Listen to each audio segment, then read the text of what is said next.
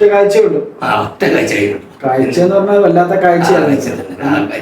കണ്ടപ്പോ ഷെയ്ഖുനാനെ കണ്ടപ്പോ തന്നെ അവിടുത്തെ 100 നിങ്ങൾ കണ്ടല്ലോ. അത് എന്റെ ജീവിതത്തിൽ വല്ലാത്തൊരു ആ ഒരു രംഗം ഇന്നേവരെ അതേപോലെ തന്നെ നിലനിൽക്കുന്നുണ്ട്. അപ്പൊ അതോടുകൂടെ ഉമ്മാക്ക് പരിപൂർണമായ ആ രോഗത്തിൽ നിന്ന് ശിഫയായി അതിന്റെ അനുഭവത്തിൽ നമുക്ക് ബോധ്യപ്പെട്ട ഒരു വിഷയം. പിന്നെ നമ്മൾ പിന്നെ ഞാൻ പറഞ്ഞില്ല നേരത്തെ ദാരിദ്ര്യം ഉണ്ടായെന്ന് പറഞ്ഞ മാതിരി ഈ ദാരിദ്ര്യത്തിന്റെ ഭാഗം കൊണ്ട് കോളേജ് പോണ വർഷമാണ് ഞാൻ കോളേജിൽ പോയി. കൂട്ടുകൾ കൂടെ ഉണ്ടായിരുന്ന ശരീരന്മാരൊക്കെ കോളേജിൽ പോയി. പക്ഷെ ഞാൻ കോളേജിൽ പോകാതെ അന്നൊരു വിസന്റെ ഏർപ്പാടുമായി ബന്ധപ്പെട്ട് കണ്ട് ഗൾഫ് പോകാനുള്ള ചാൻസ് അങ്ങനെ വന്നപ്പോൾ അതിൽ പോവാന്നുള്ളത് തീരുമാനിച്ചു. അപ്പോൾ അതിൻ്റെ അടിയിൽ ഓതിപ്പെടുക്കുന്ന സമയത്ത് തന്നെ പിന്നെ ഈ ഗൾഫൊക്കെ പോകുക എന്നുള്ളത് നിശ്ചയിച്ചപ്പോൾ ഉസ്താദിനോട് യാത്രയൊക്കെ പറഞ്ഞ് കണ്ടുങ്ങൾ വന്നിട്ട് പിന്നെ വിശ്വസിച്ച് താമസിച്ച് കണ്ട് 1 കൊല്ലത്തോളം ഒരു 2 കൊല്ലത്തിൻ്റെ അടുത്ത് ഇവിടെ തന്നെ നാട്ടിൽ തന്നെ അങ്ങനെ നിന്നിട്ട് ഈ സംഘടനാ പ്രവർത്തനം കൊണ്ട് അത് കൂടെ ഉണ്ടാവും എപ്പോഴും ഇതായിട്ട് അങ്ങനെ. അപ്പോൾ ആ സമയത്ത് ഇതേമാതിരി ഞാൻ അകലാടുള്ള മുഹമ്മദ് മുസ്ലിയാർ എന്ന് പറഞ്ഞിട്ട് ഒരു മഹാനായിട്ട് ബന്ധപ്പെട്ടു. അതിൻ്റെ 2ാമത്തെ അലിയൻ ആലിക്കുട്ടി മുസ്ലിയാർ മൂപ്പര ആ ഭാഗത്ത് ജോലി ചെയ്ത് മൂപ്പരാണ് എന്നെ ബന്ധപ്പെട്ടിട്ടുള്ളത്. നമ്മുടെ അന്നും ഈ ശൈഖന്മാരെ തർബീയത്തിനെ കുറിച്ചും അല്ലെങ്കിൽ അവരത് പോയാലുള്ള അതിൻ്റെ മഹത്വങ്ങളൊന്നും പൂർണ്ണമായിട്ടൊന്നും അറിയില്ല. മഹാനാണെന്നുള്ള രീതിയിൽ നമ്മൾ ചെല്ലും, എപ്പോഴും പോകും. അപ്പോൾ അവിടെ ചെല്ലുമ്പോൾ നമുക്ക് നല്ലൊരു അനുഭവം ഉണ്ടാവും. അപ്പോൾ അവരേറ്റ് ഞാൻ അങ്ങനെ ബന്ധപ്പെട്ടു. ചെന്നപ്പോൾ വിടുതന്മാരെ കുറിച്ച് ദിക്റുകളും കാര്യങ്ങളൊക്കെ ഇങ്ങനെ ചെല്ലാൻ പറഞ്ഞു. അങ്ങനെ അത് കുറച്ച് കൂടുതൽ കടമ്പകൾ ഉണ്ട്. ഓരോന്നും ഇങ്ങനെ തരികയാണ്. ഓരോ പോക്കിലും ഇങ്ങനെ ഓരോന്ന് ചെയ്ത് തീർത്തതിന് ശേഷം പിന്നെ അടുത്ത തീർത്ത് ഇങ്ങനെ അങ്ങനെ പറഞ്ഞതൊക്കെ ഇങ്ങനെ ചെല്ലി തീർത്ത് അവരായിട്ടുള്ള ആ ബന്ധം ഇങ്ങനെ പുലർത്തിക്കൊണ്ടിരിക്കും. ഇപ്പോൾ ഈ വിസന്റെ വിഷയം ഉണ്ടല്ലോ, അതിൻ്റെ അടിയിലാണ് ഇപ്പോൾ ഈ വിസ വന്നത്. അപ്പം അങ്ങനെ കോളേജിലേക്ക് ഒന്നും പോകാതെ ഉണ്ടാക്കി. നേരത്തെ നിങ്ങൾ പറഞ്ഞില്ലേ സംഘടനാ പ്രവർത്തനവുമായി വലിയ സ്ഥാനത്തും കരുതുന്നു. ഇപ്പൊ സംഘടനാ പ്രവർത്തനം ഇല്ലേ? ഇപ്പൊ ഇല്ല. എന്താ അങ്ങനെ? ഇപ്പൊ ഇല്ല എന്ന് പറയാൻ കാരണം അതിലേക്കാണ് ഞാൻ പറഞ്ഞു വരുന്നത്. ഞാൻ അന്ന് ആ ഗൾഫ് പോയല്ലോ. ഗൾഫ് പോയത് ദമാമൊക്കെ പോയത്. ദമാമിൽ പോയി അവിടെ ഒരു കമ്പനിയിൽ ജോലി ചെയ്തുകൊണ്ടിരിക്കുന്ന സമയത്ത് സംഘാടകനായിട്ടാണ് പോയത്. ബന്ധപ്പെട്ട ഷെയ്ഖുന അഖിലാർ ഷെയ്ഖുന എന്ന് പറഞ്ഞിട്ടുണ്ടെങ്കിൽ ഈ കേസ് അതിനോട് യോജിച്ചുകൊണ്ട് പോകുന്ന ഒരാളാണ്. ഓരോ ഉപ്പയും തന്നെ അത് അങ്ങനെ പാണക്കാട്ട് കുടുംബവുമായിട്ട് നല്ല ബന്ധം എന്നെ പറ്റുന്ന സംബന്ധിച്ചാൽ അവരെ ഉപ്പയാണ് ആ ഭാഗത്തുള്ള മദർസുകളും കാര്യങ്ങളൊക്കെ ഒരുപാട് ഉണ്ടാക്കാൻ നേതൃത്വം കൊടുത്തതൊക്കെ അവരൊരു വലിയ തന്നെയായിരുന്നു. അപ്പൊ അവർ നേരത്തെ തന്നെ അവരുടെ നേതൃത്വത്തിലുണ്ടാകുന്ന സ്ഥാപനങ്ങളൊക്കെ ഈ സംസ്ഥയുടെ കീഴിലാവണം എന്നുള്ള നിബന്ധനകളും കാര്യങ്ങളൊക്കെ എഴുതി വെക്കുകയും പറയുകയും ചെയ്തിരുന്നു എന്ന് ഞാൻ പറഞ്ഞു കേട്ടിട്ടുണ്ട്, കേട്ടറിവാണ്. അപ്പം ആ രീതിയിലുള്ളൂ. പക്ഷെ ഞാനത് ഷെയ്ഖുനാനായിട്ട് ബന്ധപ്പെടുമ്പോഴും സജീവമായിട്ട് ഈ ഭാഗത്തിലാണ് പ്രവർത്തകരാണ്. പക്ഷേ അതുമായി ബന്ധപ്പെട്ടുകൊണ്ടൊരു വർത്താനൊന്നും നമ്മളോട് പറച്ചിലുമില്ല. അത് ശരിയല്ല എന്നല്ലെങ്കിൽ അവിടെ ചെല്ലുമ്പോൾ അതേമാതിരി ദിക്റുകളും കാര്യങ്ങളൊക്കെ തരും.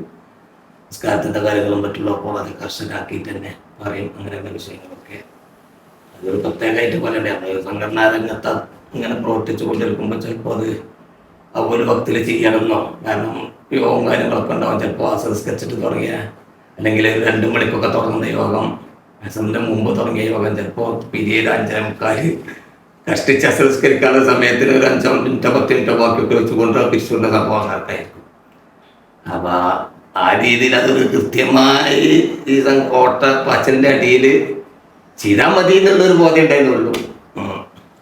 അപ്പൊ അതിനൊക്കെ ഉണ്ടാക്കി കാര്യമായിട്ട് തന്നെ തിരുത്തിയിട്ട് നേരായ നിസ്കരിച്ച് തടിമൊന്ന് ഒഴിവാക്കണം എന്നുള്ള ആ ഒരു സംവിധാനത്തിലേക്കൊക്കെ ഷെയ്ഖുന കൊണ്ടുവന്ന അങ്ങനെ നല്ലൊരു അനുഭവമാണ് ഭാഗത്തുനിന്ന് കിട്ടിയത്. അതങ്ങനെ തുടർന്ന് പോയിക്കൊണ്ടിരിക്കുമ്പോഴാണ് ഗൾഫിലേക്ക് പോയത്. ഗൾഫിൽ ചെന്നപ്പോഴാണ് നമ്മുടെ സംഘടനയുടെ നേതാക്കളിൽപ്പെട്ട ചില നേതാക്കളൊക്കെ ഈ തെരീഖത്തുമായി ബന്ധപ്പെട്ടുള്ള വിഷയങ്ങളിലേക്ക് തുടങ്ങുന്നത്. നമ്മൾ ആ കാലഘട്ടത്തിൽ അറിയപ്പെട്ട് നമ്മൾ നല്ലവരാണ് എന്ന് എല്ലാവർ തന്നെയാണ് അവരെന്ന് എനിക്ക് ബോധ്യപ്പെട്ടിട്ടുണ്ട്. അപ്പൊ അങ്ങനെയുള്ള ആളുകളെ സംബന്ധിച്ചൊക്കെ വിമർശനങ്ങളും CD-കൾ ഇറക്കലും പുസ്തകങ്ങൾ ഇറക്കലും ഒക്കെ സംഘടനയുടെ ഉന്നത സ്ഥാനത്തിരിക്കുന്ന ഫുഖഹാക്കളും ആരെ കുറിച്ചാണ് ഇന്ന് ഞാൻ നമ്മുടെ പൊന്മള ഉസ്താദ് അത്രത്തോളം നമുക്ക് അന്ന് ഏത് മഷായിനെ കുറിച്ചാ പറഞ്ഞത്? അന്ന് ഒന്ന് നമ്മളെ ഷെയ്ഖുനാനെ സംബന്ധിച്ച് പറഞ്ഞ സീഡിയിലും ഉണ്ട്. അല്ല പിന്നെ അന്ന് നമ്മൾ ഇതേമാതിരി തന്നെ ഈ ഭാഗത്ത് നമ്മൾ അറിയപ്പെട്ട ഒരാളെന്നും കണ്ടിയാല ഷെയ്ഖുനാന്നുള്ളത് അവരെ പോലത്തെ ഇതേമാതിരി അത്തിപ്പറ്റ ഉസ്താദ് ഇവരൊക്കെ എതിർത്തുകൊണ്ട് നമ്മുടെ സംഘടനയിലെ സജീവമാണ്. അപ്പോ അതിൻ്റെതായ സീഡുകളും അതുപോലെ തന്നെ പുസ്തകങ്ങളൊക്കെ ഇറങ്ങി വന്നു. നമ്മുടെ സംഘടനയോട് സംഘടന എന്താ പറഞ്ഞു, അതാണ് നമ്മുടെ ധീരം ദുന്യാവും എല്ലാവരും. അല്ല നമ്മളെ വിശ്വാസം പറയും. അന്നത്തെ സാഹചര്യത്തിൽ സംഘടന നിൽക്കുമ്പോ സംഘടനയിൽ നിൽക്കുന്നതുകൊണ്ടാണ് ഞങ്ങൾ ഗൾഫിക്ക് പോകുന്നത്. നമ്മുടെയൊക്കെ വിചാരം അങ്ങനെ തന്നെയാണ്. ആ ഒരു ഇതിലാണല്ലോ. അപ്പൊ സംഘടന പ്രത്യേകിച്ച് പോലത്തെ ആളുകളൊക്കെ എന്തെങ്കിലും പറഞ്ഞാലും പിന്നെ അതിന്റെ അപ്പുറത്തേക്കൊന്നും ചിന്തിക്കില്ല. അപ്പൊ എന്താണെങ്കിലും ഈ കിതാബുകളിൽ തന്നെ നമുക്കൊരു വിഷയം നമ്മള് കണ്ട് പഠിച്ചിരുന്ന ഒരു വിഷയമാണെങ്കിൽ ഒരു 10 കൊല്ലമൊക്കെ നമ്മൾ 10 കൊല്ലത്തോളം കിതാബ് ഓതി പഠിച്ചിട്ടുണ്ട്. അപ്പൊ ആ ഓതി പഠിച്ചിട്ട് അറിവിന്റെ പുറത്തുള്ള തലമുറയെങ്കിലും അതായിരിക്കും ശരി, നമ്മൾ പഠിച്ചു കൊടുത്ത് തെറ്റിയതായിരിക്കും നമ്മൾ കാണുന്നുണ്ട്. അവർ കണ്ടതാണ് എന്ന ആ രീതിയിലൊക്കെ നമ്മള് പഠിച്ചതിനെ തല്ലിയാലും ഓര് പറഞ്ഞത് നമ്മൾ തള്ളാറ പോലെ അതിനു വേണ്ടി വാദിക്കുകയും ചെയ്യുന്ന ഒരു കാലഘട്ടമാണ്. അപ്പൊ അങ്ങനെ ഒരു സാഹചര്യത്തിലാണ് ഈ തെരീക്കത്തുകളൊക്കെ കുറിച്ചിട്ട് പരാമർശിച്ചു കൊണ്ടുള്ള ഈ തെക്കുകളൊക്കെ വന്നത്. അപ്പൊ അങ്ങനെ വന്നപ്പോ എനിക്ക് ഇങ്ങനെ കൺഫ്യൂഷനായി. നല്ല അനുഭവങ്ങളാണ് എനിക്ക് ഇവിടെ ഉണ്ടായത്. പക്ഷെ അതിലൊന്നും വിലയിരുത്തിക്കാണ്ട് മുന്നോട്ട് പോകാനൊരു വക്കത വന്നതുമില്ല. അപ്പൊ ഞാനെന്ത് തീരുമാനിച്ചു, ഏതായാലും ഇത്രത്തോളം വലിയ ആലിമ്യങ്ങളൊക്കെ പറയുമ്പോൾ ഓൽക്കല്ലേ ഇപ്പൊ ഇതിൻ്റെയൊക്കെ ഈ വിഷയങ്ങളൊക്കെ തീരുമാനിക്കാനുള്ള ഇരുമോ അറിവൊക്കെ ഉള്ളത് എന്നുള്ള രീതിയിൽ ഞാൻ ആ ബന്ധം ഒഴിവാക്കി. എനിക്കെന്ന് വെച്ചിട്ടുണ്ടെങ്കിൽ അവിടുള്ളതായ അറിവുകളും കാര്യങ്ങളൊക്കെ തന്നതൊക്കെ ഞാൻ ഒഴിവാക്കി. ആക്ഷേപിക്കാൻ കുറ്റം പറയാനൊന്നും പോയിട്ടില്ല. കാരണം നമുക്ക് നല്ലതുണ്ടായിട്ടു. എന്നിരുന്നാലും അന്നത്തെ ചിലതൊക്കെ പറഞ്ഞിട്ടുണ്ടെങ്കിൽ ചിലത് ദുരിതത്വവുമായി ബന്ധപ്പെടുമ്പോൾ എന്നൊക്കെ ചില വിഷയങ്ങൾ നമുക്ക് നല്ലതായിട്ട് തോന്നും. പക്ഷെ അതിൻ്റെ അകത്തെ ഉണ്ടാവുന്ന രീതിയിലുള്ള കാര്യങ്ങളൊക്കെയാണെന്ന് പറഞ്ഞ് പ്രചരിപ്പിച്ച് പിടിപ്പിക്കുന്നത്. അപ്പൊ അതൊക്കെ അപ്പൊ ഞാൻ എന്ത് ചെയ്തു, ആലിമ്യങ്ങൾ പറഞ്ഞിട്ട് നിൽക്കുക, എൻ്റെ അപ്പുറത്തേക്ക് പോകണ്ട. ഇന്ന് ഈ വാക്കാണ് ഇന്ന് കൂടുതലും ഇന്ന് ആളുകളുടെ ഉസ്താദന്മാരിൽപ്പെട്ട പലരും പറയുന്നത്. നമ്മൾ ആലിമീങ്ങൾ പറയുന്നിടത്ത് നിൽക്കുക. സത്യം എന്താണ് അല്ലെങ്കിൽ ഇത് മനസ്സിലാക്കാൻ നമ്മളെ ഇത് വെച്ച് മനസ്സിലാക്കാൻ ആരും നിൽക്കുന്നില്ല.